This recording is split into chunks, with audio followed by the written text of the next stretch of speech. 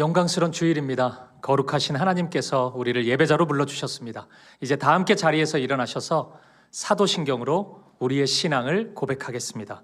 함께 고백합니다. 전능하사 천지를 만드신 하나님 아버지를 내가 믿사오며 그 외아들 우리 주 예수 그리스도를 믿사오니 이는 성령으로 잉태하사 동정녀 마리아에게 나시고 본디오 빌라도에게 고난을 받으사 십자가에 못 박혀 죽으시고 장사한 지 사흘 만에 죽은 자 가운데서 다시 살아나시며 하늘에 오르사 전능하신 하나님 우편에 앉아 계시다가 저리로서 산자와 죽은 자를 심판하러 오시리라.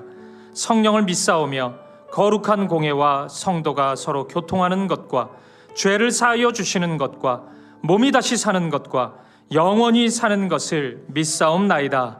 아멘.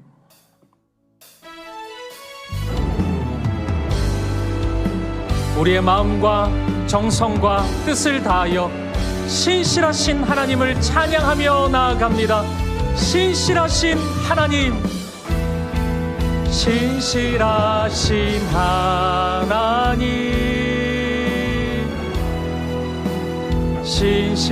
신실하신 주, 나의 주 하나님을 신실하신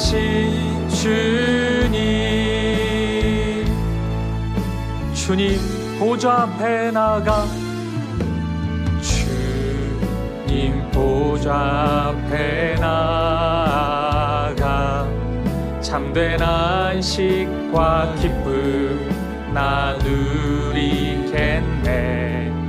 경배하며 주의 얼굴 구할 때 신실하신 주님 참 신실하신 하나님, 신실하신 하나님, 신실하신 주, 나의 주 하나님은 신실하신 주님.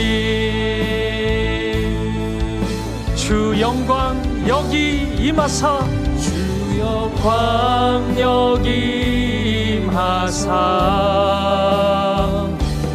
열방 향해 그 빛 비추소서. 주의 얼굴 구할 때 주의 향기 머무소서. 주 영광 여기 임하사, 주 영광 여기 임하사 열방 향해 그 빛 비추소서. 주의 얼굴 구할 때 주의 향기 머무소서. 예배합니다. 예배합니다. 찬양합니다. 주님만 날 다스리소서. 예배합니다. 찬양합니다. 주님 홀로 높임 받으소서. 예배합니다. 찬양합니다. 찬양합니다. 주님만 날 다스리소서. 예배합니다. 찬양합니다. 주님 홀로 높임 주님 홀로 높임 받으소서. 홀로 높임 받으소서. 주님 홀로 높임 받으소서. 홀로 높임 받으소서.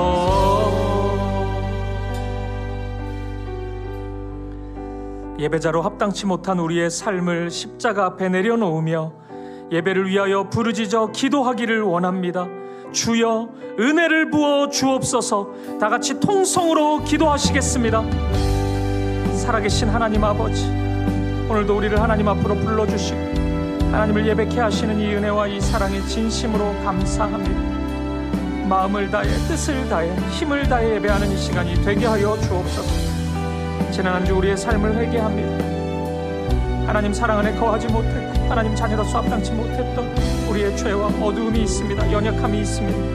회개합니다. 우리를 용서하시고 우리를 새롭게 하여 주옵소서. 오늘 우리의 예배 가운데 주님 말씀하여 주옵소서. 은혜와 사랑으로 우리의 마음과 삶을 채워주시옵소서. 우리 안에 있는 모든 아픔과 두려움을 씻어주시고 걱정, 염려 내려놓고 이 예배를 기쁨으로 하나님께 올려드리는 이 시간 되게 하여 주옵소서. 우리 사김의 교회를 붙잡아 주옵소서.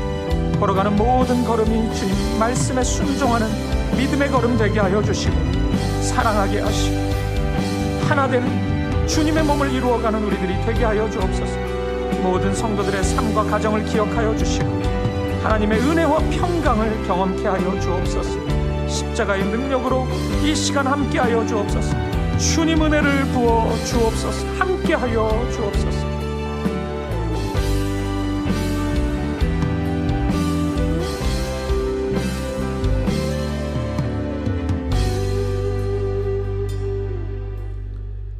보라, 하나님은 나의 구원이시라. 내가 신뢰하고 두려움이 없으리니 주 여호와는 나의 힘이시며 나의 노래시며 나의 구원이심이라.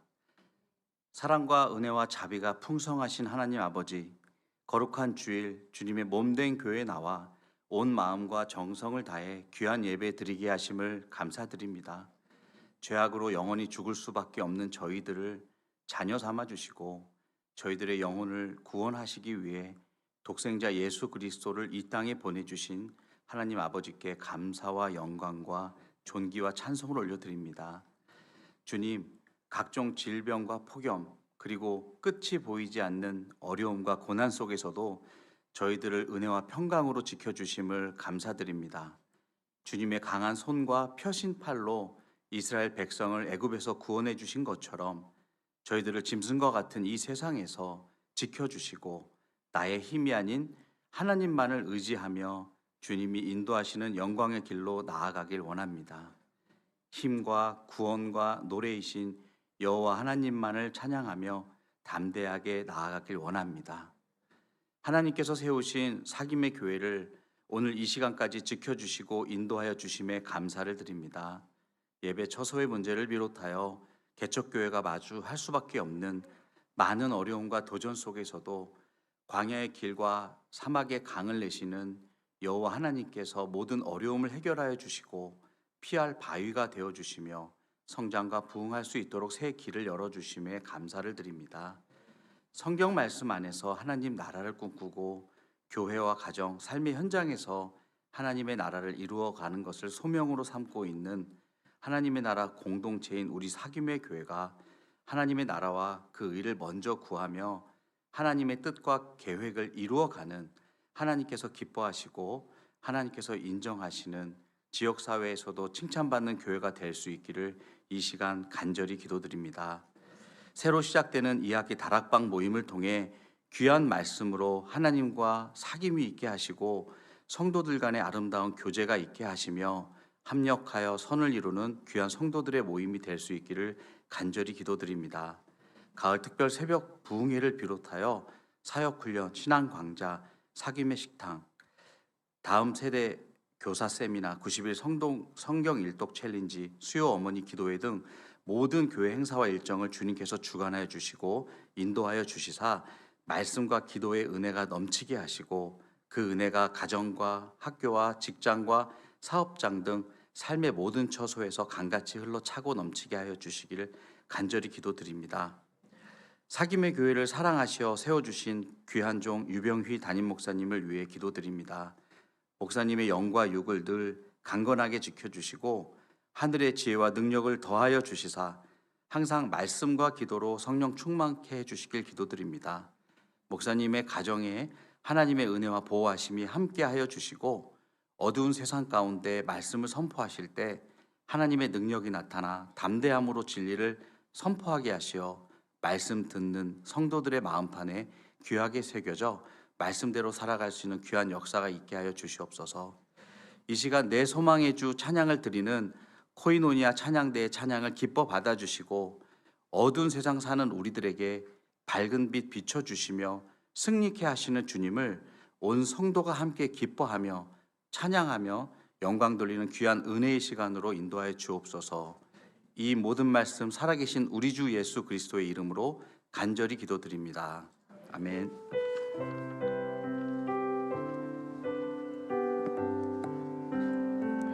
자리에 앉으시겠습니다. 찬송가 268장 1절 4절 함께 찬양하시면서 봉헌하시겠습니다.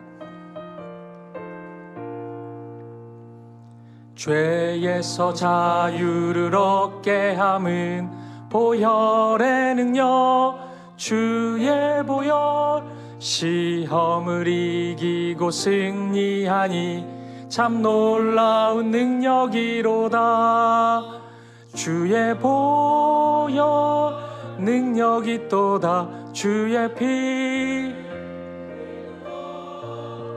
주의 보혈 그 어린 양의 매우 귀중한 피로다. 구주의 복음을 전할지로 보혈의 능력, 주의 보혈 날마다 나에게 찬송 주님 참 놀라운 능력이로다. 주의 보혈 능력이 또다. 주의 피 믿으오. 주의 보혈 그 어린 양의 매우 귀중한 피로다. 존귀하신 아버지 하나님, 주의 사랑으로 주님 흘리신 그 피값으로 우리를 거룩하게 하시고 우리를 새롭게 하시는 그 은혜 감사드립니다. 베풀어 주신 사랑 감사의 마음을 담아 이 시간 하나님을 예배하고 또 귀한 예물 드립니다. 특별히 이 시간 드려진 이 물질이 하나님의 그 사랑, 그 은혜를 전하는 아름다운 도구로 쓰임받게 하여 주옵소서. 우리 살아가는 동안 우리의 모든 생각, 우리의 말, 우리의 행동, 삶의 걸음을 통해 하나님의 영광이 드러나는 그런 아름다운 삶을 살아가게 하여 주옵소서. 우리 주 예수 그리스도 이름으로 기도합니다. 아멘. 코이노니아 찬양대 찬양으로 하나님께 영광 돌리겠습니다.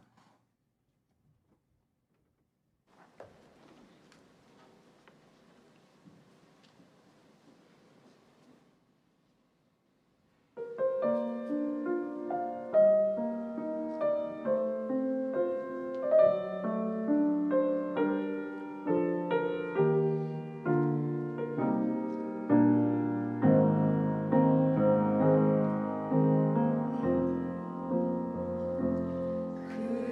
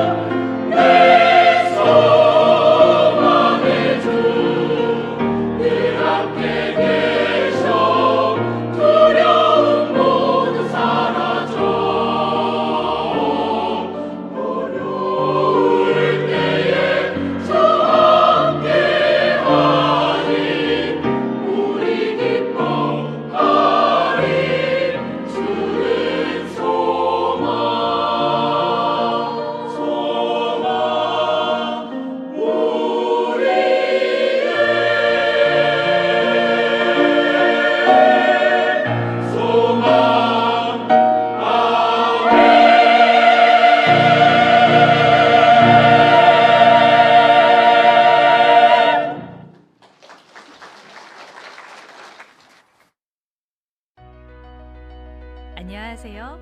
9월의 첫 번째 주일 교회 소식입니다. 사김의 교회를 처음 찾아주신 모든 분들을 진심으로 환영하고 축복합니다. 등록을 원하시는 분은 예배 후 로비에서 안내를 받으실 수 있습니다. 함께 만드는 따뜻한 나눔, 사김의 식탁에 여러분을 초대합니다. 여러분이 기부해주신 물품은 강남구 푸드마켓을 통해 꼭 필요한 이웃에게 전달됩니다. 오늘 1부와 2부 예배 전후에 진행되니 많은 참여 부탁드립니다. 다가오는 금요 예배는 2학기 개강 수련회로 드립니다. 분당 다함교회 최정건 목사님께서 귀한 말씀을 전해주시는데요. 말씀과 기도로 새 학기를 힘차게 시작하는 은혜의 자리에 함께해 주시기 바랍니다. 9월 15일부터 20일까지 한 주간 특별 새벽 부흥회가 진행됩니다. 자는 자여 어찌함이냐라는 주제로 열리는 이번 부흥회를 통해 우리의 영혼이 다시 깨어나는 은혜를 누릴 수 있도록 많은 기도와 참여 부탁드립니다. 교리를 알면 쉽게 흔들리지 않고 넘어져도 다시 일어날 수 있습니다. 꼭 필요한 교리를 쉽고 분명하게 배우는 시간, 페이스메이커 기초교리 온라인 강좌에 여러분을 초대합니다. 오늘까지 신청을 받고 있으니 많은 참여 부탁드립니다. 아울러 90일 성경일독 챌린지도 오늘 오후 6시까지 신청을 받고 있으니 관심 있는 분들께서는 꼭 신청해 주시길 바랍니다. 수요 어머니 기도회에서 건반으로 함께 섬겨주실 분을 기다리고 있습니다. 관심 있는 분들의 많은 참여 부탁드립니다. 더 자세한 소식은 주보를 통해 확인해 주세요. 그럼 오늘도 행복한 주일 보내시길 바랍니다.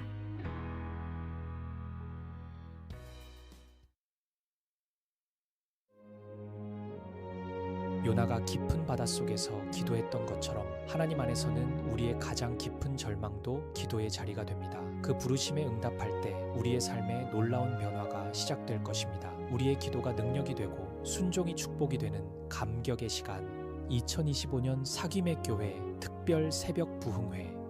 자는 자여 어찌함이냐, 이제 나의 니느웨를 향해 일어날 시간입니다.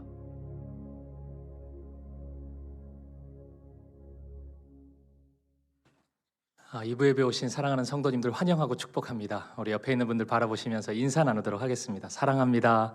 축복합니다. 참 잘 오셨습니다.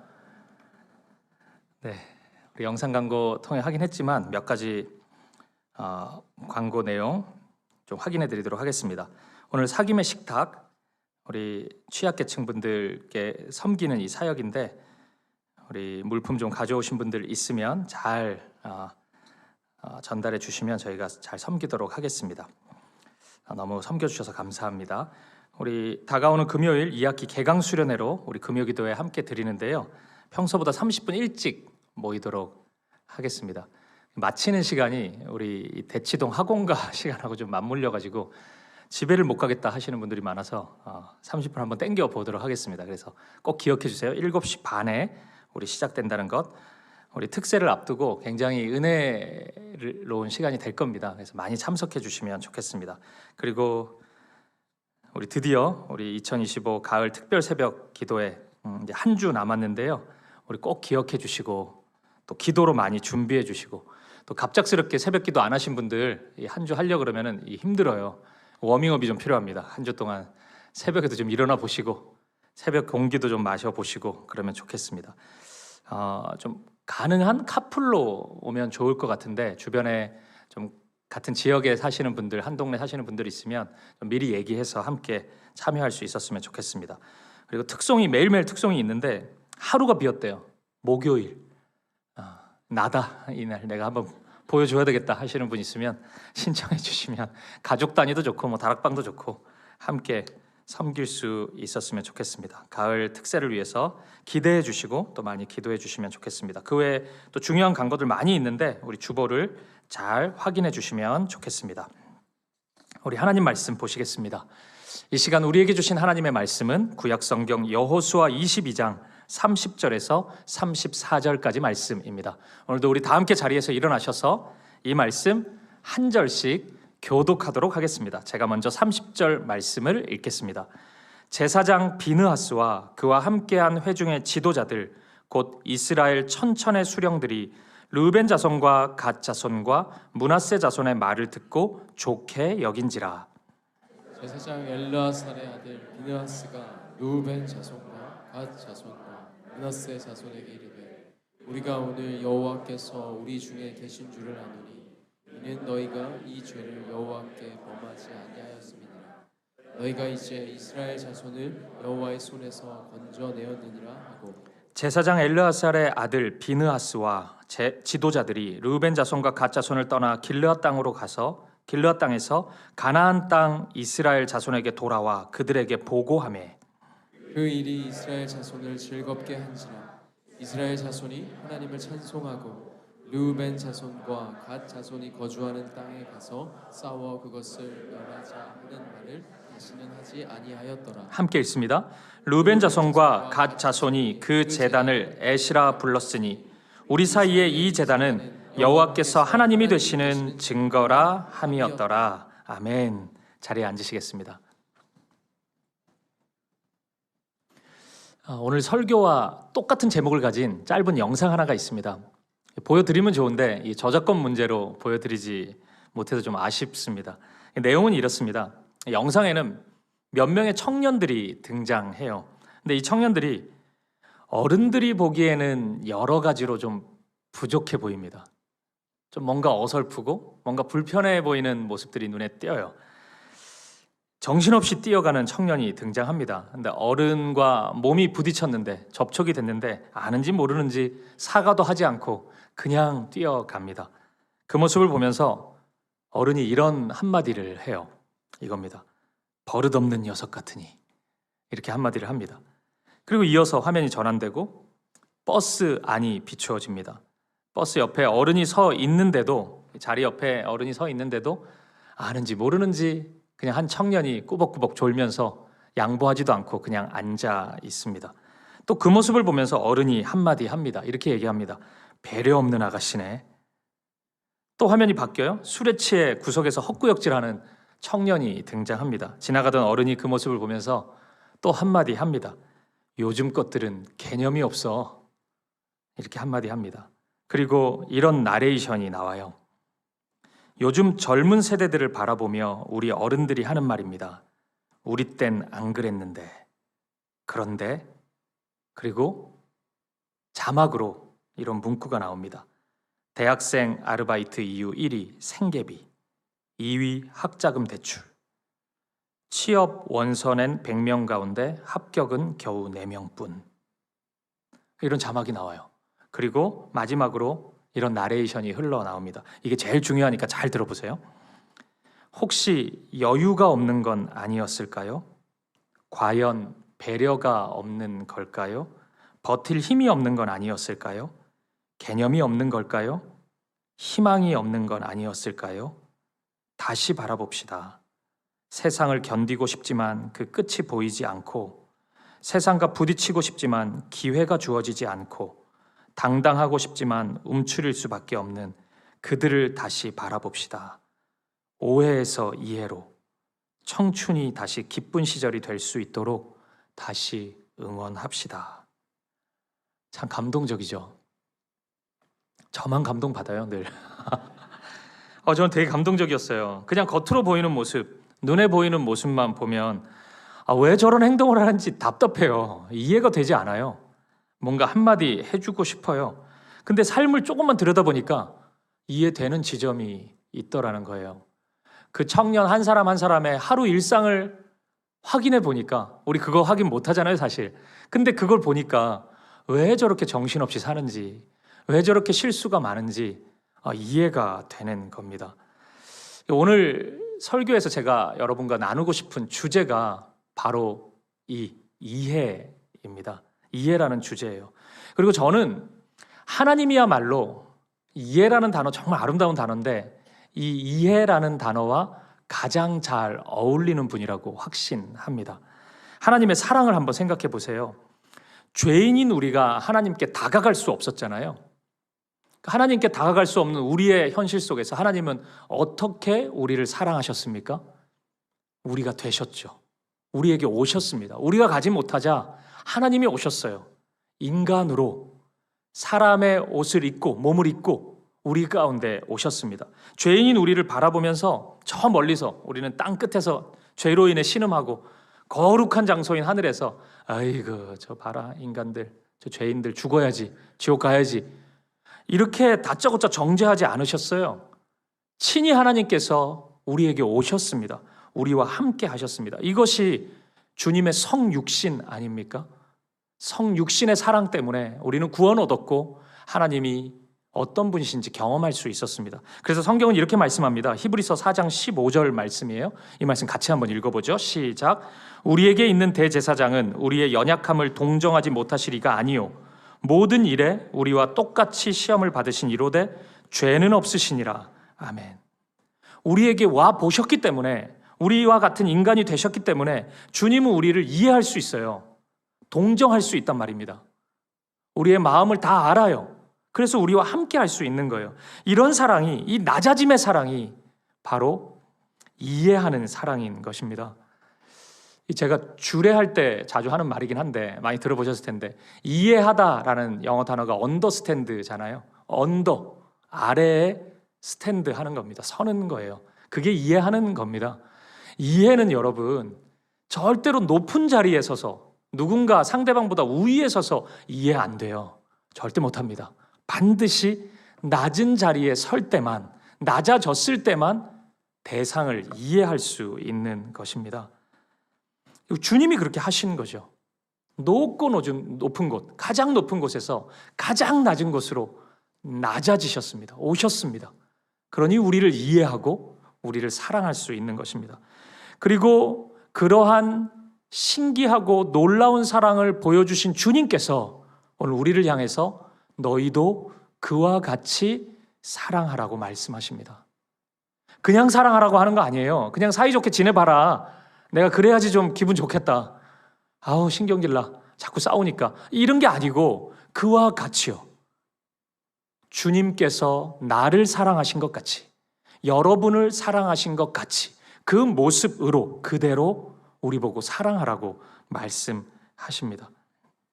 저는 오늘 본문이 이러한 도전을 담고 있다고 생각했습니다. 오늘 본문의 말씀은 이스라엘 공동체 안에 찾아온 어떻게 보면 사랑에 대한 굉장히 수준 높은 시험을 다루고 있거든요. 지금 굉장히 중요한 시험을 치르고 있는 겁니다. 그 시험 과목이 이해하는 사랑이에요. 그 과목에 아주 중요한 시험을 이스라엘이 치르고 있는 겁니다. 여러분, 오해하기는 쉬워요. 오해는 뭘 배워야지 하는 게 아닙니다. 학습이 되고 훈련이 돼야지 가까스로 오해 좀 해봤네 이렇게 되는 게 아니에요. 오해는 누구나 합니다. 누구나 만점 받을 수 있어요. 오해 시험은. 근데 이해는 배워야 됩니다. 경험을 해봐야 돼요. 학습을 해야 됩니다. 노력을 해야 돼요.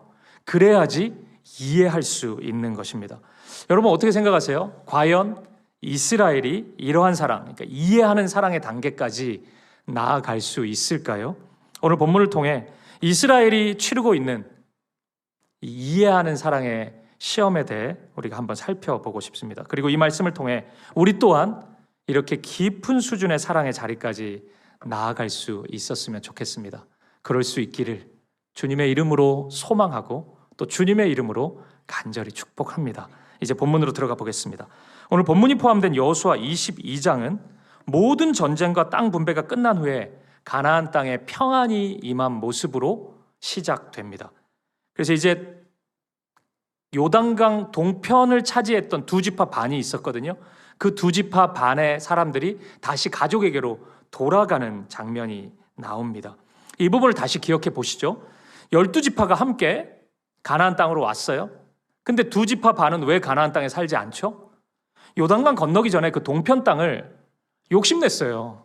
여기가 좋다고 생각했다고요. 르우벤 지파와 갓 지파와 므낫세의 절반, 므낫세 반 그 지파가 여기에 살면 안 되냐 이런 생각 들었고 모세에게 제안을 했습니다.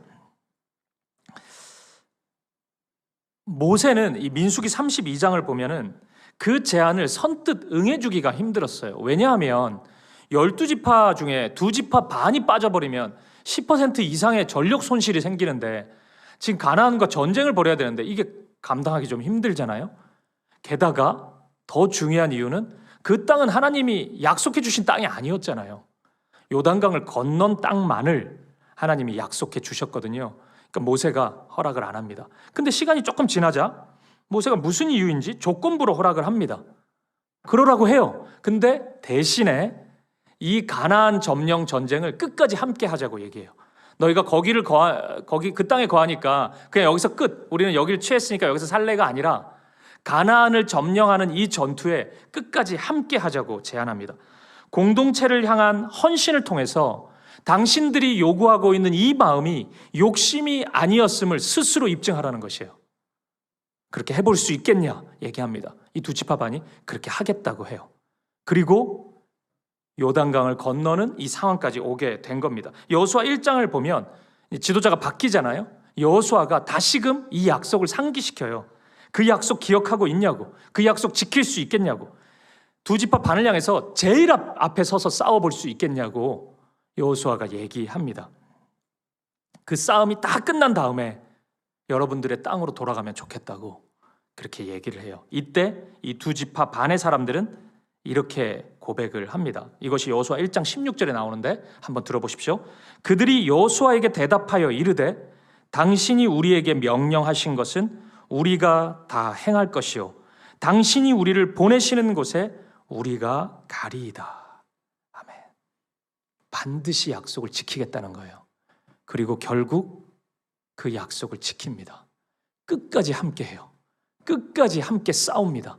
가나안의 모든 땅을 차지할 때까지 이 두 지파 반의 백성들은 끝까지 함께해요. 땅 분배의 시간도 함께 지켜봅니다. 최후 승리를 얻기까지 이 두 지파 반은 끝까지 함께 걸어갔다는 것입니다. 그 볼매라는 말이 있잖아요. 볼수록 매력적이라고. 저 같은 사람 이제 두고 그런 얘기 많이 하는. 이제 이 두 지파 반이 딱 그런 사람들 같아요. 처음에는 이 욕심쟁이들이네. 아니 그 약속대로 끝까지 가야지. 뭘 갑자기 눈에 보기 좋다고 그걸 또 차지하려고 하나 이렇게 보였는데 마지막 이야기까지 보니까 진짜 신실한 사람들이에요. 믿음의 동역자들이었던 것 같아요. 진짜 이 두 지파 반 없었으면 어쩔 뻔했나 싶어요. 그들의 힘을 통해서 함께 하나님의 일들을 이룰 수 있었습니다. 그리고 이제 모든 전쟁이 끝났어요. 이 두 지파 반 입장에서는 기다리던 가족들에게 돌아갈 시간이 된 것입니다. 남은 9지파 반은 가족들을 향해 돌아가는 이 두 지파 반을 향해서 아주 큰 선물을 줍니다. 오늘 본문 9절을 보면 진짜 많은 양의 이 전쟁의 전리품들을 이 두 지파 반에게 나누어 주거든요. 그러니까 축제의 시간이죠. 감사의 시간이고 은혜의 시간이 펼쳐졌던 것입니다. 그런데 이런 감격의 순간 이후에 얼마 지나지 않아서 느닷없이 우리 모두를 긴장시키는 소식이 들려옵니다. 그건 이 두 지파 반의 백성들이 가족들에게 돌아가던 중에 요단강 언덕 어느 편에 제단을 쌓았다는 소식이었습니다. 여호수아 22장 11절을 한번 보시죠. 이스라엘 자손이 들은즉 이르기를 르우벤 자손과 갓 자손과 므낫세 반 지파가 가나안 땅의 맨 앞쪽 요단 언덕과 이스라엘 자손에게 속한 쪽에 제단을 쌓았다 하는지라. 이 소식은 이스라엘의 남은 지파 사람들에게 굉장히 충격적이었습니다. 아니 어떻게 이스라엘 공동체 안에서 우상 숭배가 있을 수 있단 말이에요? 그것도 가장 은혜가 넘치는 지금 이 시점에서 이 가나안을 차지하고 감격과 감사와 기쁨이 최고조로 달하고 있는 이 순간에 어떻게 이스라엘 안에 우상 숭배가 있을 수 있단 말이에요. 이건 도무지 이해되지 않고 납득되지 않고 받아들일 수 없는 충격적인 사건입니다. 그래서 이스라엘의 남은 지파들은 곧장 이 두 지파 반을 추격하기 시작합니다. 이건 거의 분노의 질주라고 할 수 있습니다. 그들을 심판할 기세예요. 전쟁도 불사할 기세입니다. 심지어는 잡아 죽일 마음으로 그들을 향해 달려갑니다. 여러분 어떻게 생각해요? 이제 이스라엘 지파는 어떻게 될까요? 대다수 지파의 사람들이 이 분노로 가득 차 있는데 이스라엘 지파 안에 이제 무슨 일이 일어나게 될까요? 그러면 여러분 이것부터 확인해 보시죠. 요단 동편에 거주하는 이 두 지파 반의 사람들은 왜 이런 짓을 한 걸까요? 왜 이런 쓸데없는 행동을 했던 것일까요? 여기에는 어떤 사정이 있습니다. 먼저 이 두 지파 반의 사람들은 나중에 남은 지파 사람들 만날 때 억울함을 호소해요. 22장 23절을 한번 보세요. 들어보십시오. 우리가 제단을 쌓은 것이 돌이켜 여호와를 따르지 아니하려 함이거나 또는 그 위에 번제나 소제를 드리려 함이거나 또는 화목 제물을 드리려 함이거든 여호와는 친히 벌하시옵소서. 이런 고백을 합니다. 절대로 우상 숭배를 위한 제단 아니었다는 거예요. 우리 그런 마음 없었다고. 하나님을 향한 우리의 마음은 변하지 않았다고 그렇게 호소합니다. 그러면 계속 질문이 생기죠. 그거 왜 만든 거야 도대체 제단을? 왜 만들었죠? 이어서 24절을 보세요. 좀 빠른 이해를 위해서 제가 세번역 성경으로 한번 읽어드리겠습니다. 들어보십시오. 그러나 사실은 그렇지 않습니다. 우리가 여기에 단을 쌓은 것은 훗날 당신들의 자손이 우리의 자손에게 너희가 주 이스라엘의 하나님과 무슨 상관이 있느냐? 너희 르우벤 자손과 갓 자손아, 주님께서 우리와 너희 사이에 요단강을 경계선으로 삼으셨으니 너희는 주님에게서 받을 몫이 없다 하고 말하면서 당신들의 자손이 우리의 자손을 막아서 주님을 경외하지 못하게 할까 염려가 되어서 우리가 이 단을 쌓은 것입니다. 이것은 번제물을 드리거나 다른 어떤 제물을 드리려고 쌓은 것이 아닙니다. 이렇게 이야기합니다. 잊혀질까 봐 두려웠다는 것이에요. 지금이야 우리 두 지파 반의 헌신을 당신들이 기억하고 있지만 시간이 흘러서 그거 기억 못할까 봐. 우리 다음 세대가 되면은 선을 딱 긋고 요단강 경계가 딱 좋잖아요.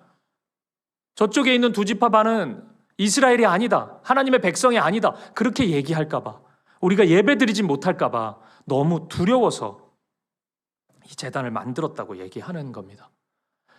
이 잊혀짐의 두려움이라는 것은 굉장히 크거든요. 제가 그 며칠 전에 신문 기사를 봤는데 로제 아세요? 로제? 가수. 로제 모르세요? 아파트 부른 사람들. 윤수일 말고 로제 있잖아요. 세계적으로 완전히 최고. 그 로제가 그런 인터뷰를 했어요. 잊혀질까 봐 두렵다고. 제가 너무 놀랐어요. 그런 세계적인 가수도 그런 생각을 하나? 막 공황장애도 오고 그랬다는 고백을 인터뷰에서 했더라고요. 잊혀지는 건 두려워요. 근데 지금 이 잊혀짐의 두려움은 영적인 것이잖아요. 하나님과 관계된 부분인 거잖아요. 굉장히 두려울 수 있는 겁니다. 이 제단을 자신들이 드렸던 헌신과 섬김의 증거로 삼고 싶은 것입니다. 우리 두 지파 반도 이스라엘이고 하나님의 백성이고 하나님 나라를 위해 쓰임받았던 사람이라는 것을 대대로 알려주고 싶은 마음인 거예요. 이 사실이 사라지지 않기를 바라는 마음이었습니다. 여러분 어떻습니까? 물론 제단을 만드는 일은 잘못됐잖아요. 당시에는 제단을 아무 때나 쌓으면 안 되거든요. 하나님이 허락하신 딱 한 곳에만 만들어야 돼요. 그러니까 이렇게 하면 너무 오해의 소지가 너무 많잖아요. 충분히 오해할 만한 행동이죠. 하지만 마음만은 너무 순수하지 않습니까? 너무 아름답지 않아요?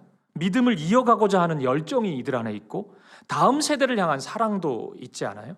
보통 사람이 자기 성공에 취하면 이런저런 생각 안 하거든요. 눈앞에 있는 것만 보이지 넓게 생각하기가 힘들어요. 성공에 취하면 그렇습니다. 이게 육적인 성공에 또 특히나 취하면 영적인 게 잘 안 보이거든요. 사람이 그래요. 근데 이들은 다르잖아요. 다음 세대를 향한 마음도 있고 영적인 부분까지 생각한단 말이죠. 물론 방법이 미숙했지만 그 마음만은 너무 아름답습니다. 너무 좋은 마음 같아요. 근데 여러분 이 사실을 확인하고 나니까 물론 오늘 그 본문이 포함된 여호수아 22장은 이런 순서로 기록되어 있지는 않아요. 제가 좀 바꿨는데 근데 어쨌든 이 사실을 확인하고 나니까 남은 지파들의 행동에서 좀 보이는 게 있어요. 두 가지가 저는 보였는데 이게 좀 상반된 행동이었어요. 마음이었어요. 그것을 여러분과 좀 나누어 보고 싶습니다. 첫 번째 느껴지는 건 아쉬움이었어요. 동편 지파들을 향한 이 두 지파 반을 향한 이스라엘 공동체의 반응은 너무 빠르고 너무 단정적이었습니다. 너무 빨리 흥분했고 너무 빨리 정죄해 버렸어요. 제대로 확인하지도 않고 그들은 우상 숭배자다 이렇게 단정지어 버렸습니다. 남은 지파들 이스라엘 공동체가 했던 말을 한번 들어보세요. 22장 15절입니다. 제가 한번 읽어드릴게요. 그들이 길르앗 땅에 이르러 르우벤 자손과 갓 자손과 므낫세 반 지파에게 나아가서 그들에게 말하여 이르되 이런 말을 한 겁니다. 여호와의 온 회중이 말하기를 너희가 어찌하여 이스라엘 하나님께 범죄하여 오늘 여호와를 따르는 데서 돌아서서 너희를 위하여 제단을 쌓아 너희가 오늘 여호와께 거역하고자 하느냐? 부올의 제약으로 말미암아 여호와의 회중에 재앙이 내렸으나 오늘까지 우리가 그 죄에서 정결함을 받지 못하였거늘 그 죄악이 우리에게 부족하여서 오늘 너희가 돌이켜 여호와를 따르지 아니하려고 하느냐? 너희가 오늘 여호와를 배역하면 내일은 그가 이스라엘 온 회중에게 진노하시리라. 아주 강한 책망이죠. 우리에게 죄가 부족해가지고 그 죄를 하나 더 얹고 있냐고. 매우 강력해요. 여기서 범죄, 죄악 이 단어는 히브리어 말인데 이 굉장히 무시무시한 단어입니다. 이게 아간이 범죄했을 때 사용했던 그 단어거든요. 하나님이 용서할 가능성이 전혀 없다는 뭐 그런 식의 매우 강한 단어예요. 이스라엘 남은 지파 사람들은 확신하고 있는 것입니다. 이게 22장에 읽어보면 이 단어가 무지하게 많이 나오거든요. 그러니까 그들의 분노가 느껴지죠. 근데 보십시오.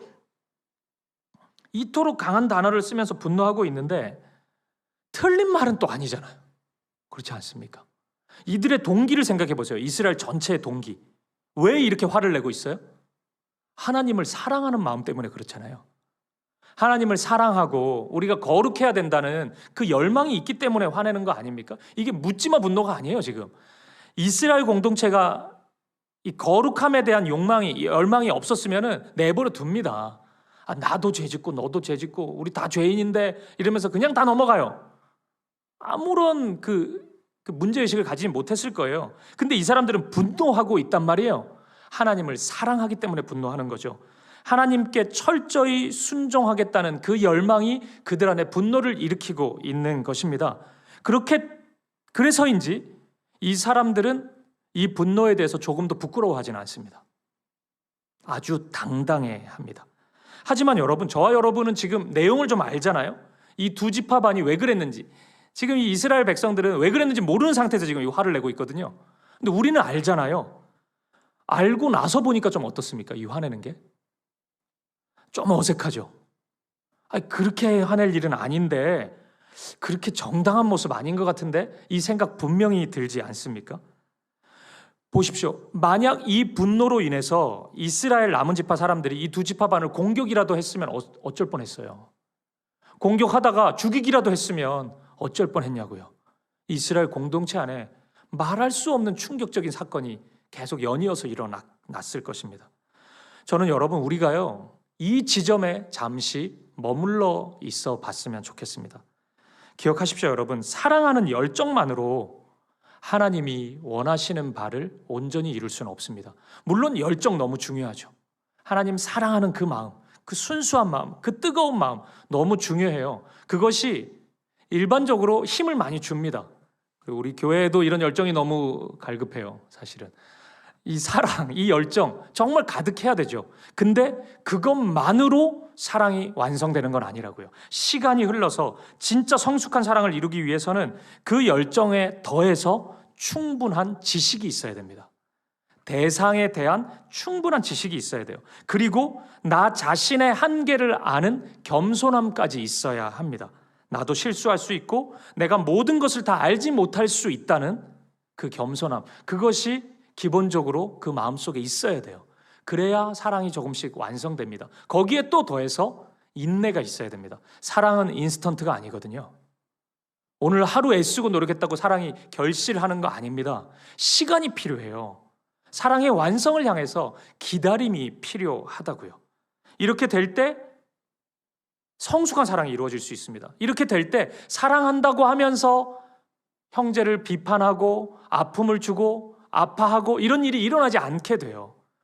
이런 성숙함이 열정에 더해서 있어야 하는 것입니다. 빌립보서 1장 9절을 한번 보세요.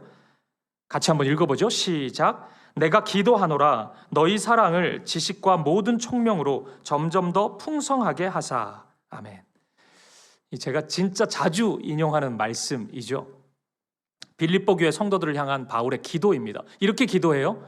빌립보 교회 성도들의 사랑이 풍성하게 해 주십시오. 그런 기도를 해요. 근데 표현이 되게 다르죠. 너희 사랑을, 그 사랑을 지식과 모든 총명으로 풍성하게 하사. 그렇게 기도합니다. 지식과 총명 안에서 사랑이 풍성하게 해달라고 기도해요. 바울의 머릿속에는 사랑이 그냥 사랑 좋아하는 열정만 있는 것이 사랑이 아니었습니다. 지식과 총명 안에 있는 것이 사랑이었어요. 이걸 지혜로 바꿀 수도 있을 거예요. 지혜와 함께 하는 사랑이 진짜 사랑인 것입니다. 따라서 우리도 그런 사랑을 이루어 가야 합니다. 우리가 하나님의 사랑을 온전하다고 말할 수 있는 이유는 뭐예요? 하나님의 열정 때문만은 아니잖아요. 우리를 향한 지식이 있으시기 때문이죠. 하나님은 나를 너무나 잘 아시기 때문에 우리가 하나님의 사랑을 온전하다 하는 거잖아요. 그래서 우리도 그렇게 사랑할 수 있어야 된다고요. 우리도 누군가를 사랑한다면 충분한 지식이 있어야 합니다. 그 사람에 대해 공부하고 경험해야 돼요. 시간이 좀 필요합니다. 하나님을 사랑한다고 할 때도 똑같아요. 하나님 사랑합니다 하면서 하나님을 모르면 사랑이 되겠어요? 안 돼요. 성경을 읽어야 돼요. 성경을 공부해야 됩니다. 하나님을 아는 지식이 있어야 하나님을 온전히 사랑할 수 있는 것입니다. 저는 우리 사김의 교회 안에 오늘 이스라엘 지파, 남은 지파 사람들이 보여줬던 이런 아쉬움이 없었으면 좋겠어요. 잘 알아보지 않고 잘 들어보지 않고 그 사람에 대해서 단정하고 그 사람에 대해서 비판하고 평가하는 일이 없었으면 좋겠습니다. 간혹 그 첫인상만 보고 그 사람에 대해서 모든 것을 아는 것처럼 얘기하는 분이 있는데, 여러분 그런 스스로의 그 관심법을 너무 신뢰하지 마십시오. 그런 능력이 없어요. 우리는 세상에 어떻게 이기적일 것 같은 외모가 어디 있습니까, 여러분? 제가 그런 얘기도 좀 듣는데, 아니 이기적일 수밖에 없는 눈썹이었다, 그런 게 어디 있어요? 그거는 완전히 편협한 본인의 생각이죠. 하나님이 뭐 이 사람을 이기적인 사람으로 만드셔서 눈썹을 이렇게 올렸어요? 그런 건 있을 수 없죠. 제가 재밌는 얘기 하나 해드릴게요. 재작년에 있었던 일인데, 저희 교육자들이 저와 함께 이 강남에 있는 어느 뷔페 식당에 간 적이 있습니다. 1부 때 뷔페라 그러니까 웃으셔가지고, 심히 뷔페한 것은 마음이에요, 여러분. 식당이 아니고. 그 뷔페 식당에 갔는데 고급 식당이었어요. 그러니까 이제 실은 어느 성도님이 이렇게 편지와 함께 그 식사권을 보내주신 적이 있어요. 누군지 모르는데 되게 이렇게 사연을 담아서 교육자들이 꼭 한번 식사했으면 좋겠다고 보내주셨어요. 그래서 몇 달을 미루다가 이제 한번 갔어요. 진짜 신나게 먹었죠. 막 미친 듯이 먹었습니다, 우리가. 근데 이제 끝나고 얼마 지나지 않아서 어떤 얘기를 제가 듣게 됐어요. 저희의 그 모습을 어느 분이 보셨나 봐요. 근데 어느 모임에 가서 좀 비판적으로 얘기를 하셨대요. 강남에 있는 교회 사역자들이라 그런지 굉장히 비싼 식당에서 밥을 먹더라.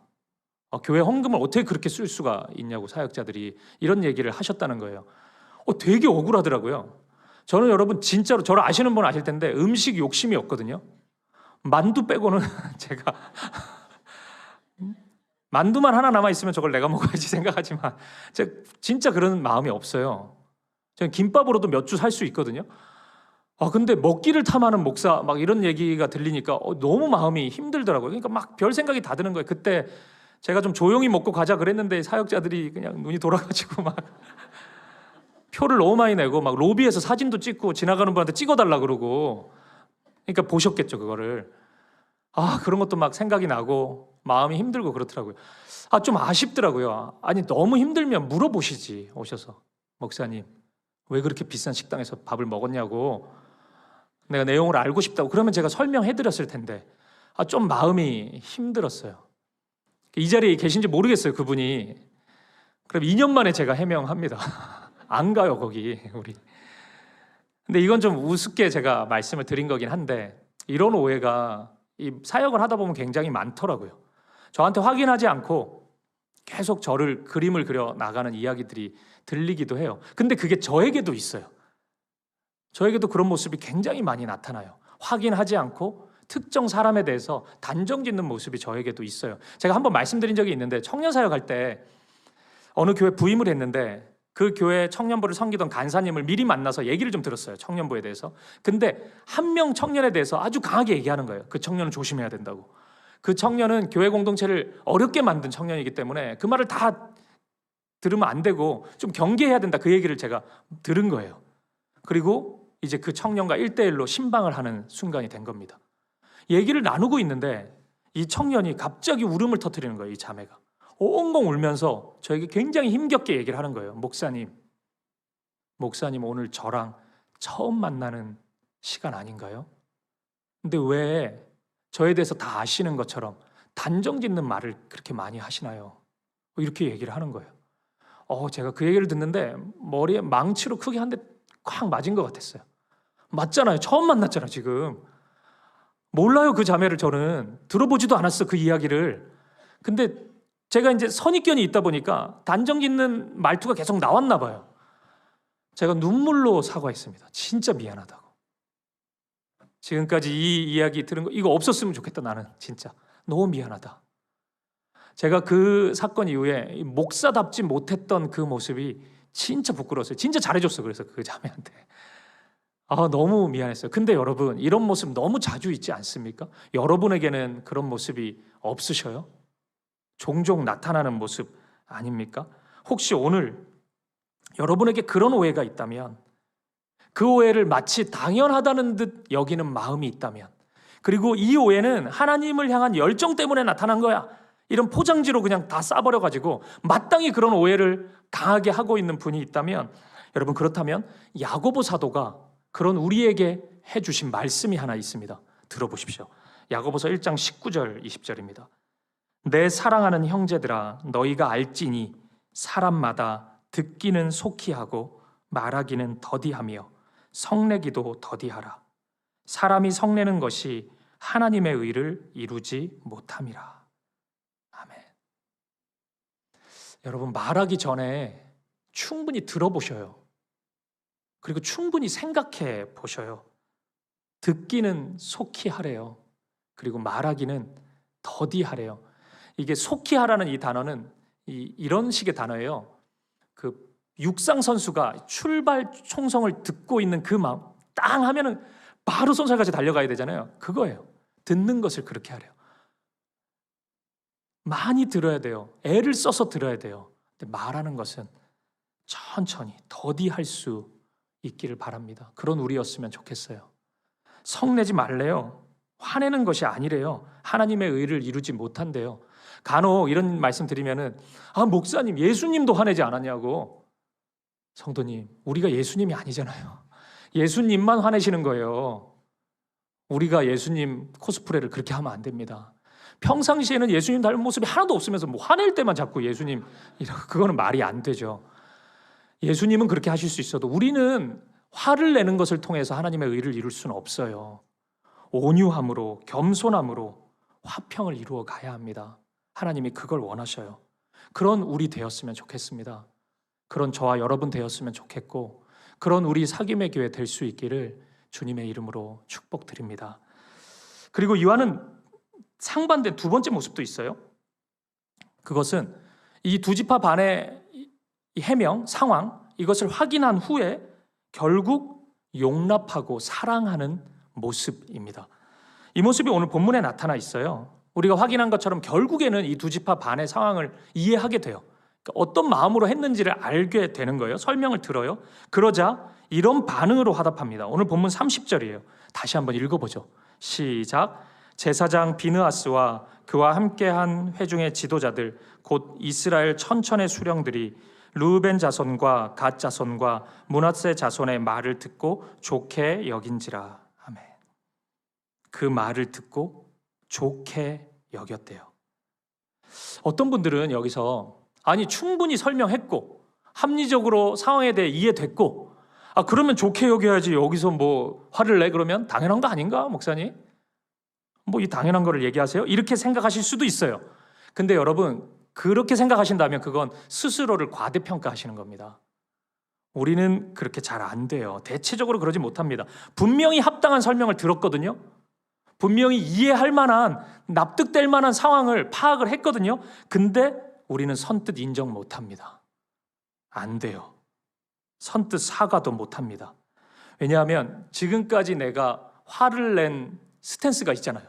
계속 화를 내왔잖아요. 그거를 무르는 게 되게 자존심 상하거든요. 내가 그렇게 판단을 못했던 사람처럼 비춰질 수 있으니까 어떻게 해서든지 화를 이어가 보려고 합니다. 그래서 이게 정리가 되면 또 다른 화낼 만한 이유를 이 사람에게 찾아보려고 해요. 굉장히 유심히 봅니다. 그래서 그 사람을 또 내가 화낼 일이 있는지 그렇게 화를 계속 이어가요. 그게 저는 우리라고 생각해요.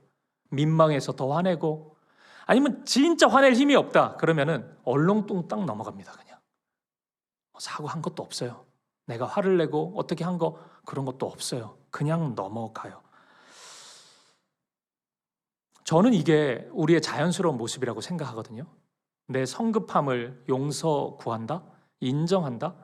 저는 이 땅의 삶 속에서 우리 인간 세상에서 그렇게 자주 보지는 못했던 것 같습니다. 그런데 여러분 저는요, 그것이 당연하다고 하여서 우리 사김의 교회가 그런 모습을 취하지 않았으면 좋겠습니다. 세상에서는 그렇게 하는데 우리는 안 그랬으면 좋겠어요.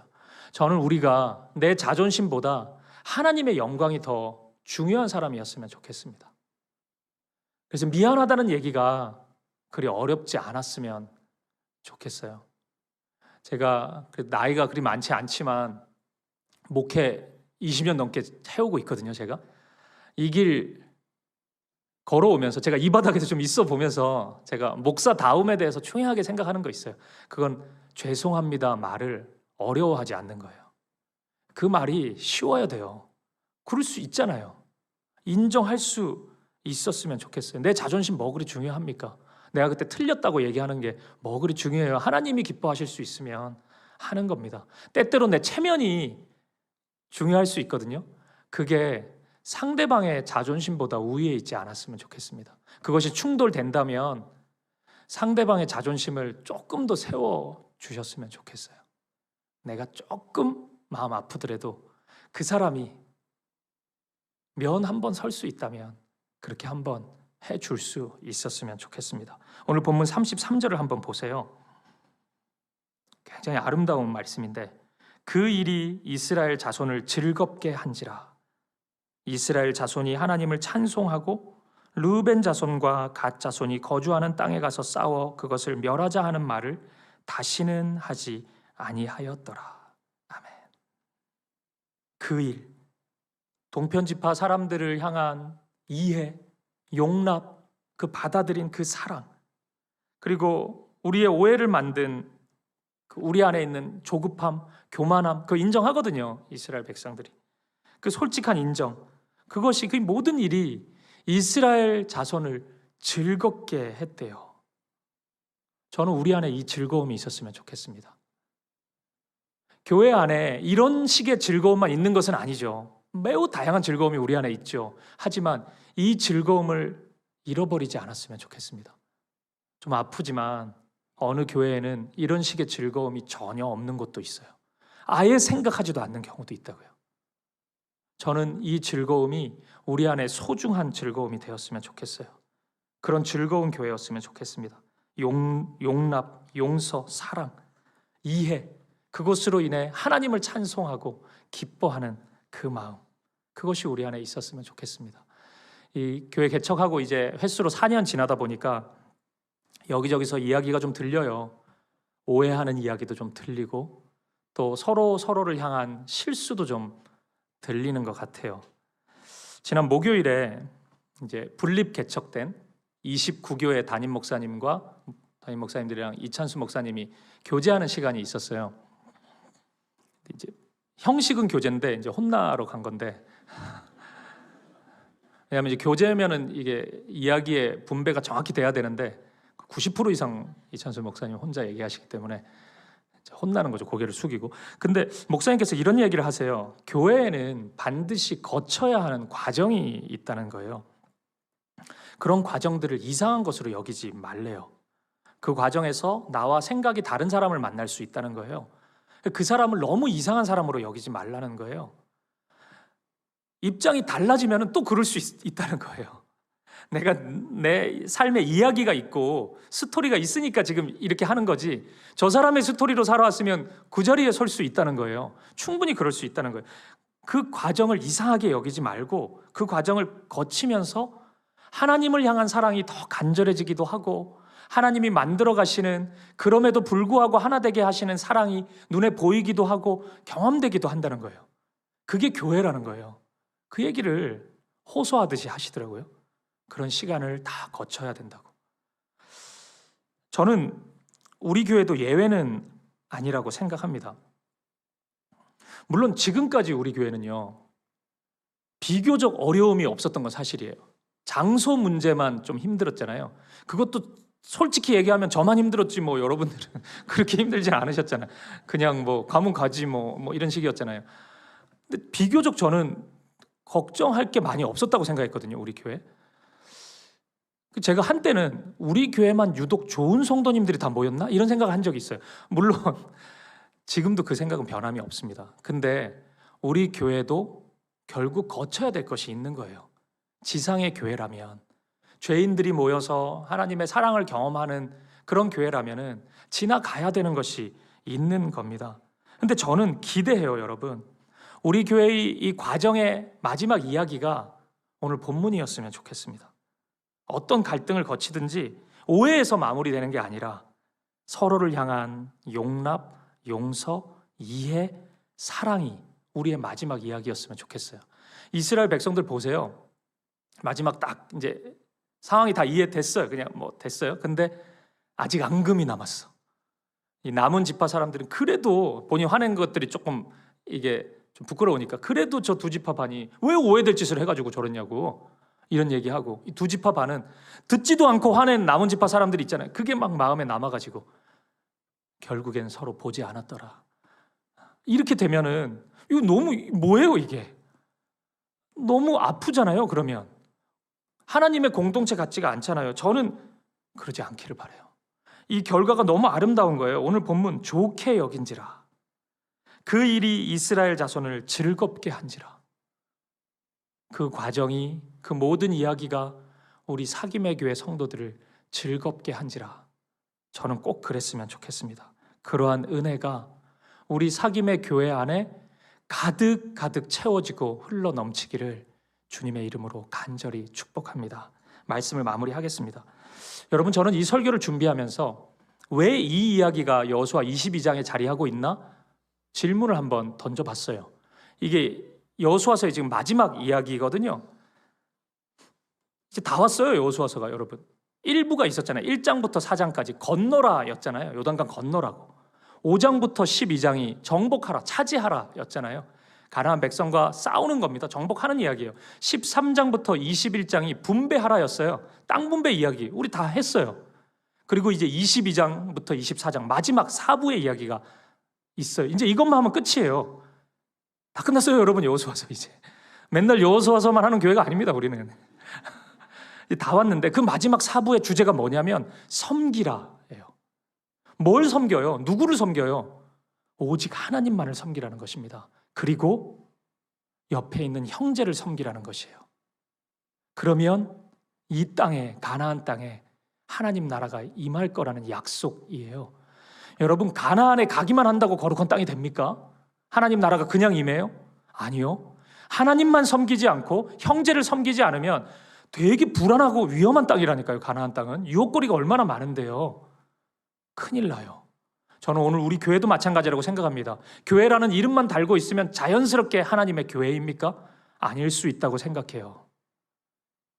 지금까지 하나님의 은혜를 경험했으니까 앞으로도 그냥 그 은혜는 흘러가는 것입니까? 아닐 것이라고 생각해요. 하나님만을 예배하는 마음, 그리고 옆에 있는 형제를 내 몸의 일부로 여기고 그를 섬기고 사랑하는 삶의 모습이 있을 때 저는 하나님의 교회로 설 수 있다고 생각해요. 사랑하는 여러분, 하나님은 어디에 계십니까? 하나님만을 사랑하는 거룩한 백성들 가운데 계십니다. 그리고 그 사랑으로 옆에 있는 형제를 사랑하고 섬기는 그 자리 가운데 우리 하나님은 함께 하세요. 우리 하나님은 거기에 거하신다고요. 가나안이 그 모습이 나타나지 않는다면 하나님 가나안에 계시지 않아요. 교회 안에 그 모습이 없다면 하나님 교회와 함께 하지 않습니다. 교회 이름은 없어도, 되게 보잘것 없어 보여도 그 두 가지 사랑이 함께 작동하고 있는 그 자리에 두세 사람이 모인 곳이라 할지라도 하나님은 그들과 함께 하실 것입니다. 사랑하는 여러분, 오늘 이스라엘 공동체가 치렀던 이 시험, 이해하는 사랑에 대한 시험은 오늘 우리를 향한 시험이라고 생각합니다. 잘 치러 보시죠. 한 문제 한 문제 다가올 때마다 짜증내지 말고 한 문제 한 문제 우리가 배운 대로 경험한 대로 잘 풀어갈 수 있기를 바랍니다. 그 과정을 통해서 더욱 성숙한 자리로 나아갈 수 있기를 바라요. 그래서 우리 사김의 교회 2학기의 목표는 이제 완벽히 설정이 됐어요. 여호수아서의 마지막 이야기가 우리의 꿈입니다. 하나님만을 사랑하는 공동체, 옆에 있는 형제를 사랑하고 섬기는 공동체. 다음 주부터 시작되는 특세는 바로 이 부분을 확인하고 시작하는 첫 걸음이 될 겁니다. 이 두 가지를 이루어가는 첫 출발이 되었으면 좋겠어요. 여러분들 가운데 하나님을 오해하고 있는 분이 있다면 특별 새벽기도회 통해서 하나님을 이해하게 될 것입니다. 옆에 있는 누군가를, 내 사랑하는 누군가, 사랑해야 되는데 그 누군가를 오해하고 있는 부분이 있다면 이 특별 새벽기도회 통해서 이제 그를 이해하는 첫 걸음을 내딛게 될 것입니다. 사랑하는 여러분, 오늘 설교 제목이 뭐였죠? 오해에서 이해로. 오해에서 이해로. 주님의 사랑과 은혜로 여러분의 신앙생활이 다시 기뻐질 수 있기를, 여러분의 가정에, 여러분의 직장에, 여러분 속해 있는 다락방에, 여러분의 삶의 자리에 이 기쁨이 다시 시작될 수 있기를 우리 사랑하는 주님의 이름으로 간절히 축복드립니다. 우리 함께 찬양 드리고 우리 기도했으면 좋겠습니다. 함께 지어져 가네. 우리 이 찬양 드리고 싶습니다. 오늘 이 꿈을 가지시죠.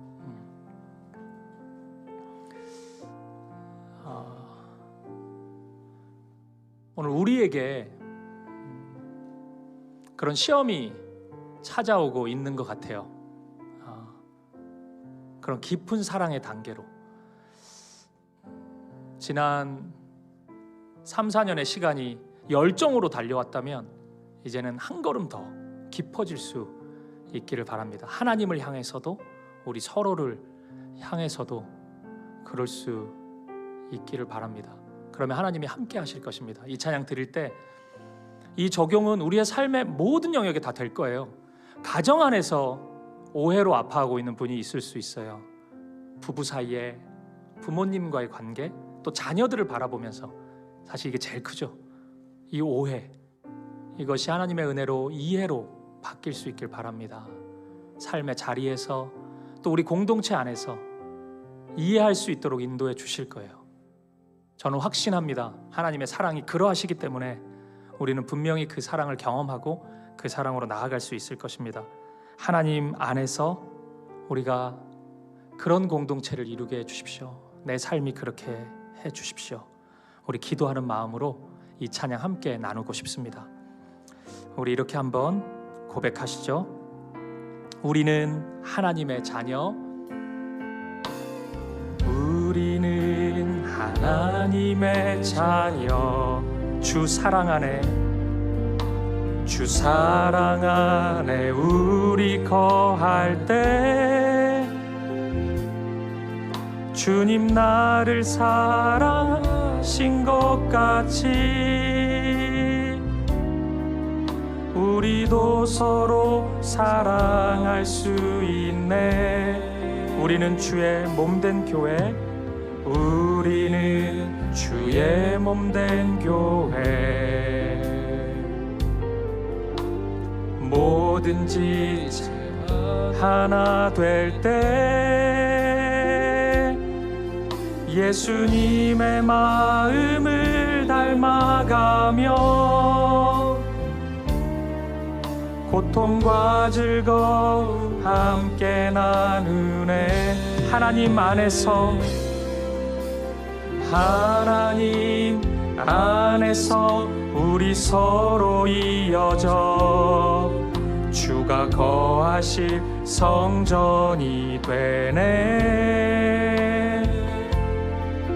모퉁이 돌 되신 예수와 하나 되게 하신 성령 안에 함께 지어져 가네. 우리 다시 한번 고백하며 나아갑시다. 우리는 하나님의 자녀,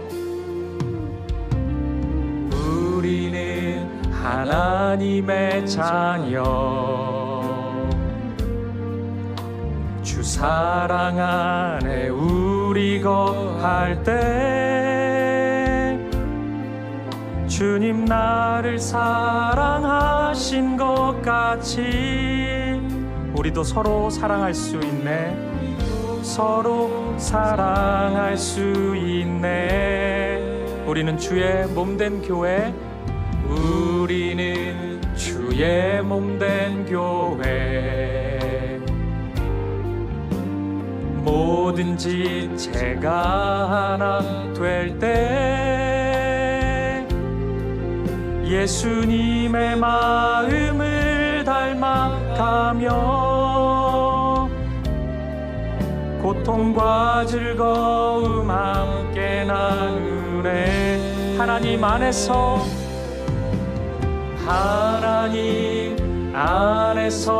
우리 서로 이어져 주가 거하신 성전이 되네.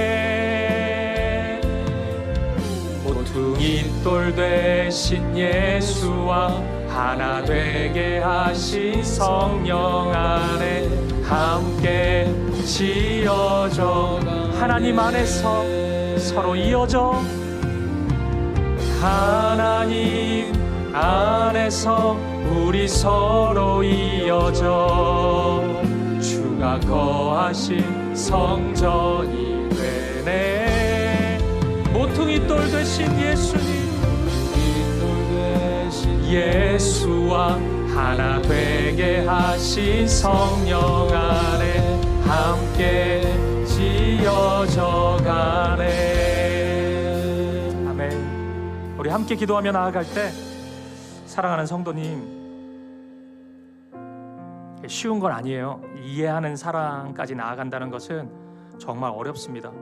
저도 얼마나 많이 실수하고 또 그것으로 인해 좌절하는지 몰라요. 잘 안 돼요. 오해하기는 쉽고 이해하기는 어렵습니다. 말하는 것은 쉽고 듣는 것은 어려워요.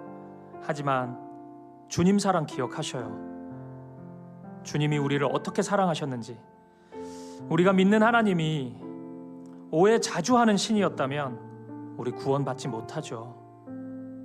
얼마나 오해를 불러일으킬 수 있는 삶의 모습이 많습니까? 하지만 주님은 쉽게 정죄하지 않으시고 우리에게 찾아오십니다. 우리의 삶의 자리를 함께 걸어가세요. 손을 붙잡고 나아가세요.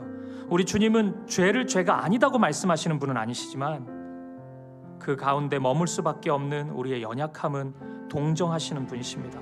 충분히 다 아시는 분이셔요. 그 사랑으로 저와 여러분이 살아났습니다. 오늘 그 사랑이 우리 가운데 분명히 자리하고 있다면 우리 함께 기도하시면서 도전하시죠. 하나님, 오해를 넘어 이해하는 사랑으로 나아가게 해주십시오. 가정 안에서 그 사랑이, 그 깊은 사랑이 흘러가게 해주십시오. 우리 사김의 교회 안에서, 우리 다락방 안에서 그 사랑이 열매 맺을 수 있도록. 그래서 오늘 이스라엘 백성들의 고백, 그 일이 기쁨이 되었다. 오늘 우리의 기쁨이 되게 해주십시오. 이 소식이 용납하고 용서한 소식, 사랑한다는 소식, 하나 되었다는 소식이 오늘 우리에게, 우리 모두에게 기쁨이 되게 하여 주옵소서. 그런 주님의 몸으로, 신실한 주님의 몸으로 주님 거하실 성전이 되어서 우리가 함께 나아가는 그런 우리의 걸음 되게 하여 주옵소서. 우리의 가정 되게 하여 주옵소서. 우리 교회 되게 하여 주옵소서. 이 기도 제목 가지고 한 마음과 한 뜻으로 기도하며 나아가겠습니다. 함께 기도하시겠습니다. 아버지 하나님, 오늘 우리에게 이 은혜 주십시오. 오늘 주님의 사랑을 기억하게 해주십시오. 아버지,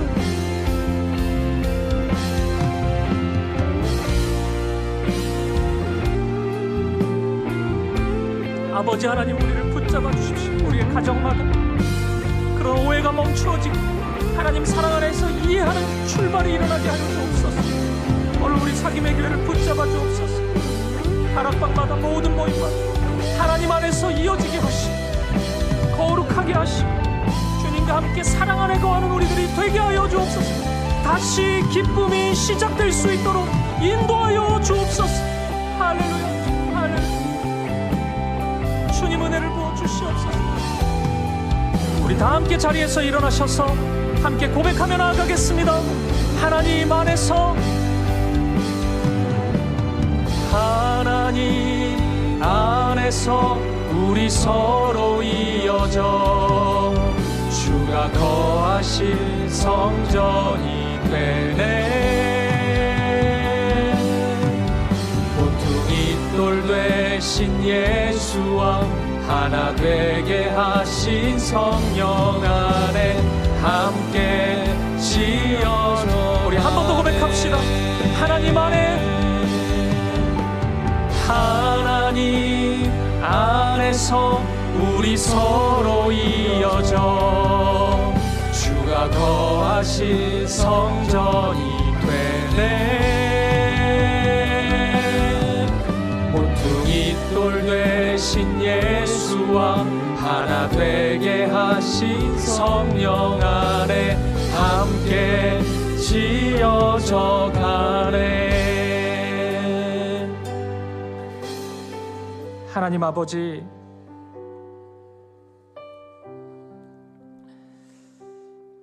이해하는 것은 참 어렵고 오해하는 것에 익숙한 우리입니다.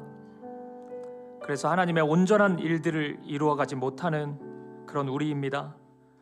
우리를 불쌍히 여겨주시고 오늘 이 어리석음에서 벗어날 수 있는 유일한 길, 주 예수 그리스도의 사랑을 충만히 부어 주옵소서.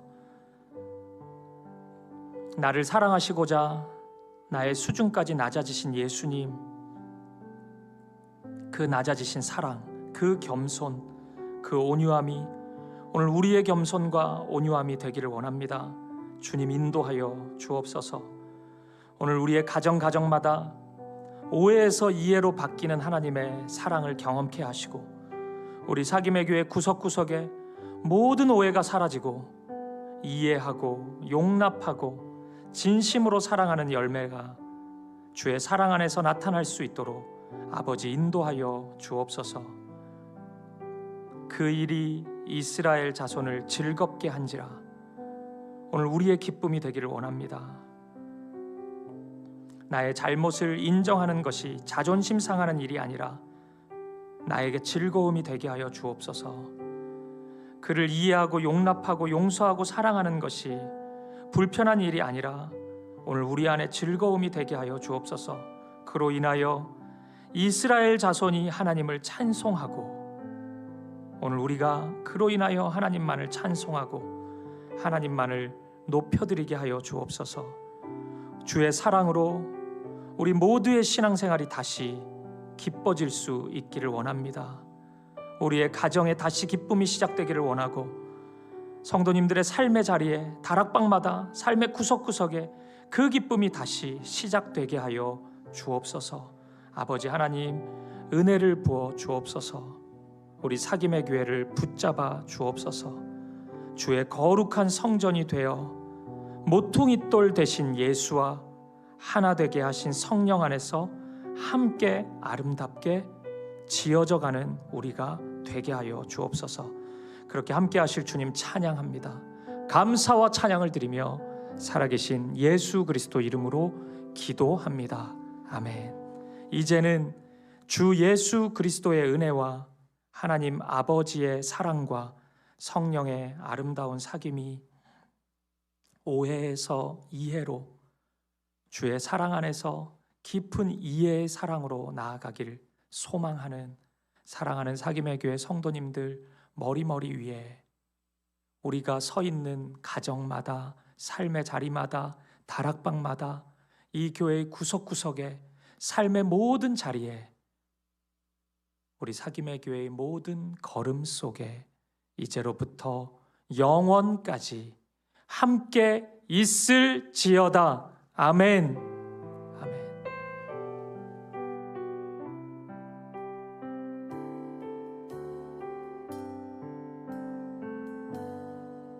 찬양 들으심으로 삶의 자리로 나아가겠습니다.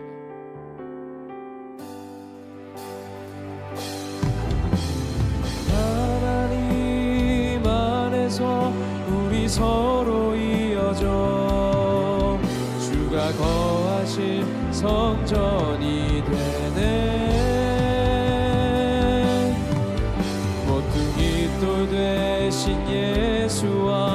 하나 되게 하신 성령 안에 함께 지어져 가네. 하나님 안에서 우리 서로 이어져 주가 거하실 성전이 돼